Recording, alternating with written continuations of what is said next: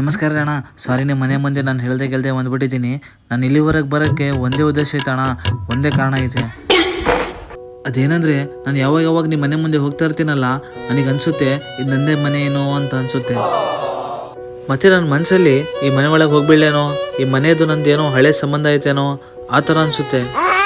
ಅಣ್ಣ, ನಿಮ್ಮ ಯಾರಾದರೂ ಸಂಬಂಧಿಕರು ಇಲ್ಲ ನಿಮ್ಮ ಮನೆಯವರು ಯಾರಾದರೂ ನಂತರ ಇರ್ತಾರಲ್ಲ, ಅವ್ರು ಮೊದಲು ಸತ್ತೋಗಿರ್ತಾರೆ ನೋಡ್ರಿ, ಅಂಥವ್ರು ಯಾರನ್ನ ಇದ್ದರೆ ದಯವಿಟ್ಟು ಹೇಳ್ರಣ್ಣ. ಯಾರಿಗೆ ಗೊತ್ತು, ನಂದಿದು ಪುನರ್ಜನ್ಮ ಆಗಿರ್ಬೋದೇನೋ. ಅಣ್ಣ ದಯವಿಟ್ಟು ಹೇಳ್ರಣ್ಣ, ಪ್ಲೀಸ್ ಅಣ್ಣ. ಸತ್ತಂತ ಹೋಗಿಲ್ಲೋ ತಮ್ಮ, ಆದರೆ ಇವತ್ತು ಸಾಯ್ತಾನೆ. ಯಾರು ಸಾಯ್ತಾರಣ್ಣ? ನನ್ನ ಮಗನಾ? ಯಾಕೆ?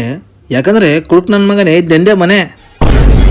ನೀನು ಹಗಲತ್ತಲ್ಲೂ ಕುಡಿಯೋದು ಸ್ಟಾರ್ಟ್ ಮಾಡಿಬಿಟ್ಟಿಯಲ್ಲ. ಅಪ್ಪ, ನಾನು ಬೇಕಂತ ಕುಡ್ದಿಲ್ಲಪ್ಪ, ಯಾರು ನೀವು ಮಿಕ್ಸ್ ಮಾಡಿಸಿ ಕುಡ್ತಿದ್ದಾರೆ. ಅಪ್ಪನಿಗೆ ಅಣ್ಣ ಅಂತ ಹೇಳ್ತೀಯಾ?